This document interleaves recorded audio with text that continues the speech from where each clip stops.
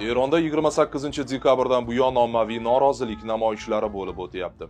Avvaliga milliy valyuta qadrsizlanishi va ulkan inflyatsiya tufayli Tehron markazidagi katta bozorda sotuvchilar ish tashlash uyushtirgandi. Ko'p o'tmay namoyishlar to'lqini butun mamlakatga yoyildi. 10 kun o'tib esa Eron g'arbidagi 2 shahar namoyishchilar nazoratiga o'tgan. Davlat axborot agentliklari xabarlarida bu shaharlar namoyishchilar tomonidan egallab olingani tan olinmayapti va politsiyachilar namoyishchilarni tarqatib yuborgani aytilmoqda.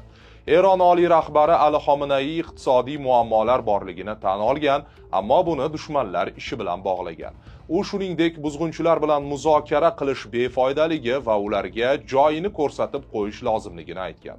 Eronda namoyishlar boshlanganining 10-kuniga kelib 2 shahar Abdanan va Malikshoh namoyishchilar nazoratiga o'tdi deb xabar berdi. 7-yanvar kuni Fox News telekanali Eron Milliy qarshilik kengashiga tayanib. Bugun Eron g'arbidagi 2 shaharda jiddiy voqealar sodir bo'ldi. Ular amalda egallab olindi va odamlar buni ko'chalarda nishonlamoqda. Ular Xomeneiga o'lim deya hayqirishmoqda degan telekanalga Eron muxolifatining xorijdagi vakili Ali Safari. Eron Milliy qarshilik kengashi prezidenti Maryam Rajaviy ham X ijtimoiy tarmog'idagi akkauntida ko'chalarga chiqib, jazo otryadlarini chekinishga majbur qilgan odamlarni olqishlagan. Abdanan mamlakat g'arbidagi Ilam viloyatidagi shahar bo'lib, Iroq bilan chegaradosh hisoblanadi. Malikshoh esa undan taxminan 100 kilometr ichkarida joylashgan. Eron Milliy qarshilik kengashi o'z hisobotlarida Abdananda bo'lib o'tgan voqealarni tasvirlagan. Unga ko'ra Islom inqilobi muhofizlari korpusi jangchilari namoyishchilarga hujum qilishga uringan. Bunga javoban namoyishchilar korpusga tegishli bo'lgan Ofok Kurosh do'konlar tarmog'ini yoqib yuborgan. Malikshohda to'qnashuvlar oldingi kunlarda o'ldirilgan Faris og'a Muhammadiyning dafn marosimi vaqtida yuzaga kelgan. Mahalliy resurslarda tarqalgan xabarlarga ko'ra, Abdanan namoyishchilar nazoratiga o'tgach, ularga politsiyachilar ham qo'shilib ketgan. Eron muxolifatining quvg'indagi yetakchisi AQShda yashovchi Rizo Pahlaviy namoyishlarni qo'llab-quvvatlamoqda. Pahlaviy The Washington Post gazetasida 6-yanvar kuni e'lon qilingan maqolasida Eron jiddiy o'zgarish arafasida turgani haqida yozgan. U 2026-yil boshiga kelib Islom Respublikasi 1979-yildan beri har qachongidan ham zaifroq va tarqoqroq holatda ekanini qayd etgan. Pahlaviy namoyishchilar ozodlikka chaqiruvlar bilan bir qatorda o'zining nomini ham aytib hayqirayotganini, shu munosabat bilan u istibdoddan xalqning o'zi tanlaydigan demokratik kelajakka o'tishga rahbarlik qilishga tayyorligini ta'kidlagan. Pahlaviy Eronning demokratik kuchlarini 3 ta asosiy tamoyil atrofida birlashtirishni taklif qiladi. Mamlakatning hududiy yaxlitligi, individual erkinliklar va barcha fuqarolarning tengligini himoya qilish, din davlatdan ajratilishi.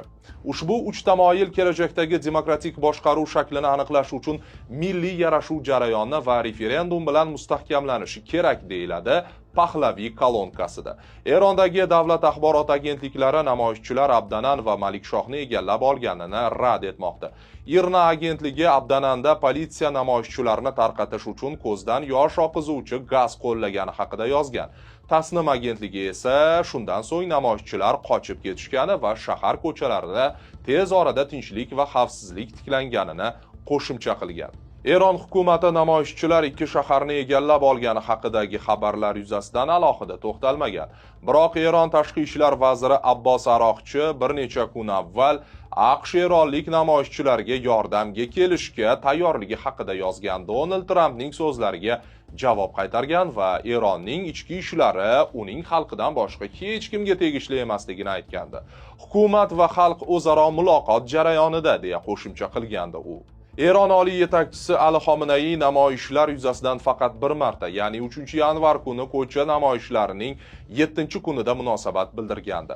U mamlakatda iqtisodiy muammolar borligini tan olgan, biroq milliy valyuta kursining barqarorligini dushmanning ishi deb atagandi.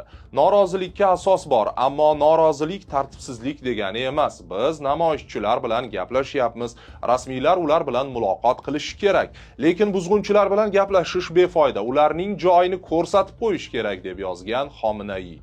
28-dekabrdan buyon namoyishlar Eronning 31 viloyatidan kamida 17 tasini qamrab oldi deb hisoblaydi internetda tarqalgan video yozuvlarni o'rganib chiqqan BBC Verify jurnalistlari. Ular o'tkazilgan aksiyalar ko'lami ancha kattaroq bo'lishi mumkinligini istisno etmaydi. Tehrondagi vaziyat keskinligicha qolmoqda. U yerda hamon katta bozordagi savdogarlar namoyish qilyapti. Ularga o'z aksiyalarini diktatorga o'lim va namoyish o'tkazish olib bo'lmas huquqimiz kabi shiorlar ostida o'tkazayotgan talabalar ham qo'shilgan. Eron Milliy qarshilik kengashi shaharning ayrim tumanlarida aksiyalar hukmron rejim kuchlari bilan to'qnashuvlarga aylanganini qayd etgan. Human Rights Activists News Agency huquq tashkiloti ma'lumotiga ko'ra, namoyishlarning 10 kuni mobaynida butun mamlakat bo'ylab kamida 36 kishi halok bo'lgan. 34 nafar namoyishchi hamda rejim vakillaridan 2 nafari, yana 2000 dan ortiq namoyishchi hibsga olingan.